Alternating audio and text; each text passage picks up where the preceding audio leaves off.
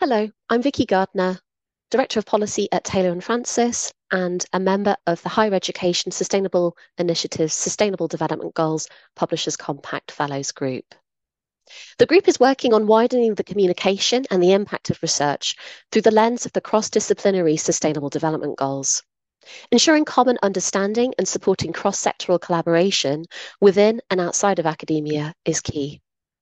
Plain language summaries and other plain language formats support this way of working within academia, as well as broader outreach and impact in support of the UN SDGs. The SDG Publishers Compact was launched by the International Publishers Association and the UN Publications team in 2020, and over 300 publishers have joined the compact since then. HESI, which is the UN's Higher Education Sustainability Initiative, facilitates a multi-stakeholder SDG Publishers Compact Fellows programme, which provides advice and resources to drive change. The SDGs are about focusing research to have impact on key challenges, as articulated in the goals you can see on this slide, making research applicable beyond academia.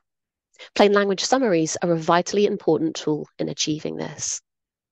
We believe that writing for non-academic audiences helps your research do more and builds trust in research.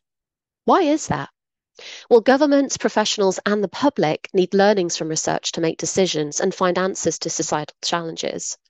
Sustainability, as you can see here, means much more than just reducing our carbon footprint, reaching far wider to tackle an array of environmental, social, and economic issues.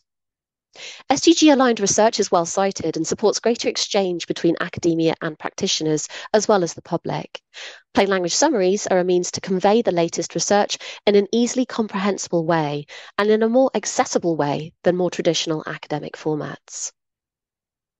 We believe that plain language summaries can drive discoverability and impact in support of the Sustainable Development Goals in all of the ways articulated on this slide.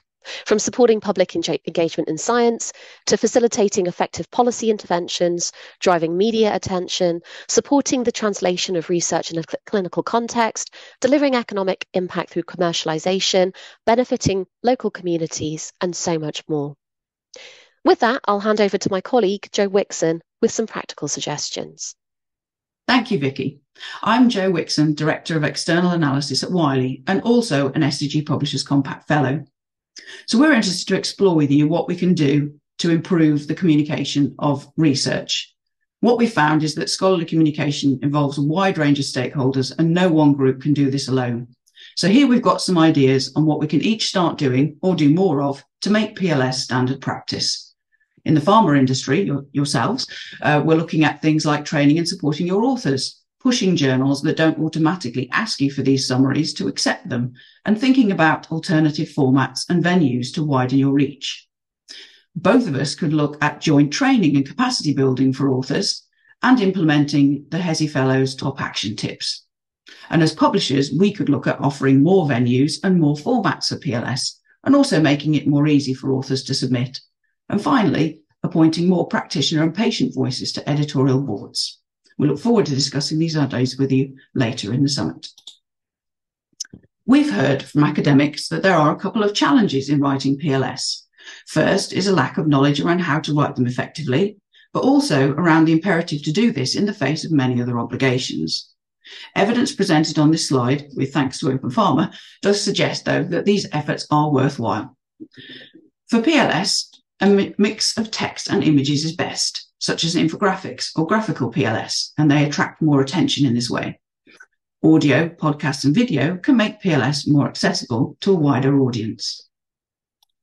We also wanted to talk a little bit about what the fellows have been doing to take action to support the broader impact of research. We provide a range of top action tips and author guides for a range of stakeholders, as you can see here.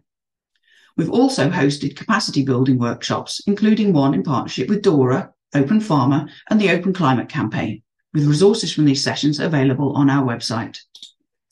Other resources include author guides for writing practical points for professionals and practitioners, or writing policy points or plain language summaries for non-specialist audiences. Thank you for listening, and we're looking forward to discussing all of this and more with you in the session.